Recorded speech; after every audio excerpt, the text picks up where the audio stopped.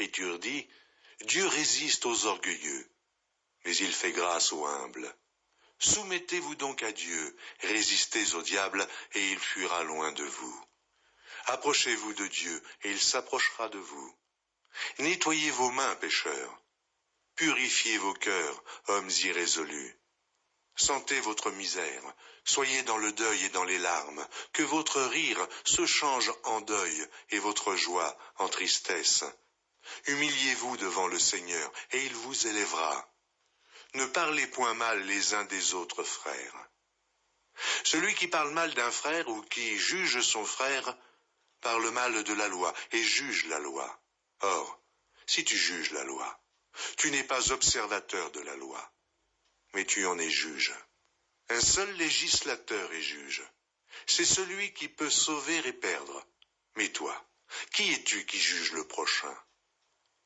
À vous maintenant qui dites, aujourd'hui ou demain nous irons dans telle ville, nous y passerons une année, nous trafiquerons et nous gagnerons.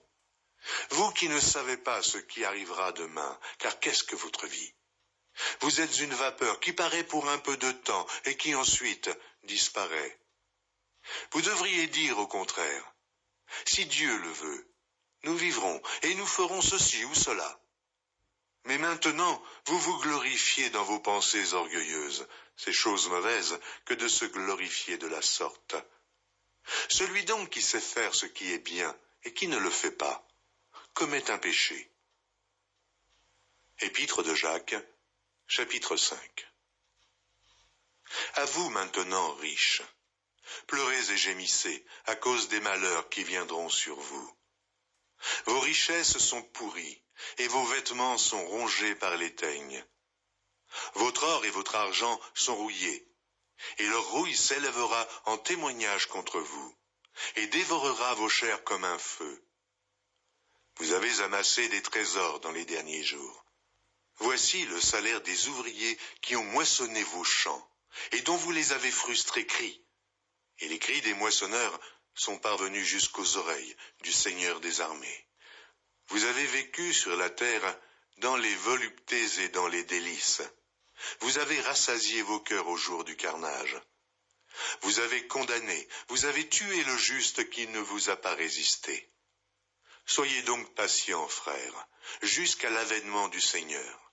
Voici, le laboureur attend le précieux fruit de la terre, prenant patience à son égard, jusqu'à ce qu'il ait reçu les pluies de la première et de l'arrière-saison. Vous aussi, soyez patients, affermissez vos cœurs, car l'avènement du Seigneur est proche. Ne vous plaignez pas les uns des autres, frères, afin que vous ne soyez pas jugés. Voici, le juge est à la porte. Prenez, mes frères, pour modèle de souffrance et de patience, les prophètes qui ont parlé au nom du Seigneur.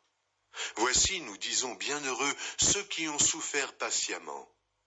Vous avez entendu parler de la patience de Job, et vous avez vu la fin que le Seigneur lui accorda, car le Seigneur est plein de miséricorde et de compassion. Avant toute chose, mes frères, ne jurez ni par le ciel, ni par la terre, ni par aucun autre serment, mais que votre oui soit oui, et que votre non soit non, afin que vous ne tombiez pas sous le jugement. Quelqu'un parmi vous est-il dans la souffrance? Qu'il prie. Quelqu'un est-il dans la joie? Qu'il chante des cantiques. Quelqu'un parmi vous est-il malade? Qu'il appelle les anciens de l'Église, et que les anciens prient pour lui, en loignant d'huile au nom du Seigneur. La prière de la foi sauvera le malade, et le Seigneur le relèvera, et s'il a commis des péchés, il lui sera pardonné. Confessez donc vos péchés les uns aux autres, et priez les uns pour les autres, afin que vous soyez guéris. La prière fervente du juste a une grande efficacité.